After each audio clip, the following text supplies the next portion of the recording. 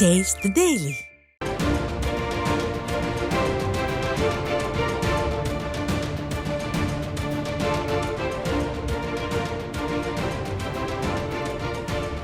அண்மை செய்தி. திமுக ஆட்சியில் கிட்னி முறைகேடு தொடர்பாக முறையான விசாரணையை ஸ்டாலின் அரசு நடத்தவில்லை என்பதை கண்டிக்கும் விதமாக தமிழக சட்டப்பேரவை கூட்டத்தொடரில் எதிர்க்கட்சித் தலைவர் எடப்பாடி கே பழனிசாமி தலைமையில் கிட்னிகள் ஜாக்கிரதை என்ற வாசகம் அடங்கிய கிட்னி முறைகேடு பேட்ஜ் அணிந்து சட்டப்பேரவையில் அதிமுக சட்டமன்ற உறுப்பினர்கள் பங்கேற்றுள்ளனர். கூடுதல் விவரங்களை தலைமை செய்தியாளர் ஜெயக்குமார் வழங்க கேட்கலாம். வணக்கம் ஜெயக்குமார், விவரம் என்ன? வணக்கம் மஞ்சுளா. இன்றைய சட்டமன்ற கூட்டத்தொடரில் அனைத்து இந்திய அண்ணா திராவிட முன்னேற்ற கழகத்துடைய பொதுச் செயலாளரும் சட்டமன்ற எதிர்க்கட்சித் தலைவரும் முன்னாள் முதலமைச்சருமான புரட்சித் தமிழர் எடப்பாடி கே பழனிசாமி அவர்கள் பங்கேற்றிருக்கிறார்கள். அதிமுக சட்டமன்ற உறுப்பினர்கள் தங்களுடைய சட்டை பையனுடைய பாக்கெட்டிலே, அதாவது கிட்னிகள் ஜாக்கிரதை என்கிற அந்த பேட்ச் அணிந்து சட்டப்பேரவைக்கு சென்றிருக்கிறார்கள்.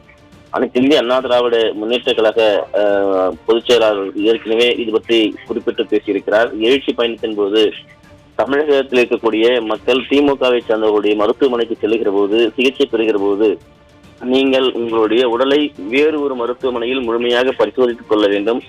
குறிப்பாக உங்கள் உடலில் இருக்கக்கூடிய கிட்னி போன்ற முக்கியமான உறுப்புகள் இருக்கிறதா என்று பரிசோதித்துக் கொள்ள வேண்டும். அந்த நிலையில்தான் இன்றைக்கு தமிழகத்தில் இருக்கக்கூடிய திமுகவுடைய ஆட்சியினுடைய அவலம் இருக்கிறது. திமுகவுடைய நிர்வாகிகள் இது போன்ற ஒரு உச்சக்கட்ட அட்டூழியத்தில் ஈடுபடுவது, ஏழ்மையை வறுமையை பயன்படுத்தி கிட்னியை திருவது என்பது ஏற்றுக்கொள்ள முடியாது. இதற்கு முறையான விசாரணை நடத்தப்பட வேண்டும் என்று வலியுறுத்தி இருந்தார்.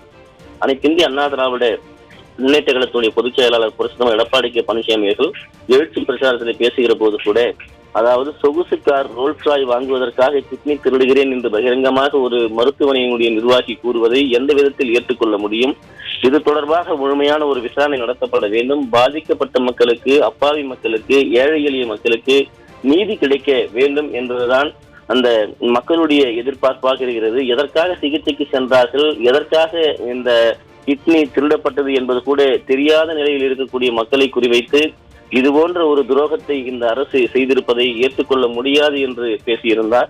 அதனை கண்டிக்கும் விதமாக முறையான ஒரு விசாரணையை நடத்த வேண்டும் என்பதற்காக அனைத்து இந்திய அண்ணா திராவிட முன்னேற்ற கழகத்துடைய சட்டமன்ற உறுப்பினர்கள், குறிப்பாக அதிமுகவுடைய முன்னாள் அமைச்சர், தலைமை நிலைய செயலாளர் SP வேலுமணி, அதே போல் அனைத்து இந்திய அண்ணா திராவிட முன்னேற்ற கழகத்துடைய சட்டமன்ற உறுப்பினர்கள் அனைவருமே தங்களுடைய சட்டை பையிலே அந்த பேட்சை அணிந்திருக்கிறார்கள். கிட்னிகள் ஜாக்கிரதை என்கிற வாசகம் அடங்கிய அந்த பேட்ச் அணிந்து சென்றிருக்கிறார்கள். கிட்னி திருடக்கூடிய இந்த வழக்கில் புரோக்கர்கள் மிகப்பெரிய அளவிலே மக்களை வேட்டையாடக்கூடிய விதமாக இந்த கொள்ளை நடந்திருக்கிறது. குறிப்பாக நாமக்கல் மாவட்டம் பள்ளிப்பாளையம் சத்யா நகரை சேர்ந்த கௌசல்யா கிட்னியை விற்பனை செய்ததாக இவர்கள் மாற்றி தெரிவித்திருக்கிறார்கள்.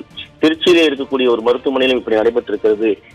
இதனை எல்லாம் முறையாக விசாரணை நடத்தப்பட வேண்டும் என்பதற்காக இன்றைக்கு கிட்னிகள் ஜாக்கிரதை என்கிற அந்த பேட்சை அணிந்து அதிமுக சட்டமன்ற உறுப்பினர்கள் சட்டப்பேரவை கூட்டத்தொடருக்கு சென்றிருப்பது குறிப்பிடத்தக்கது. மஞ்சுளா,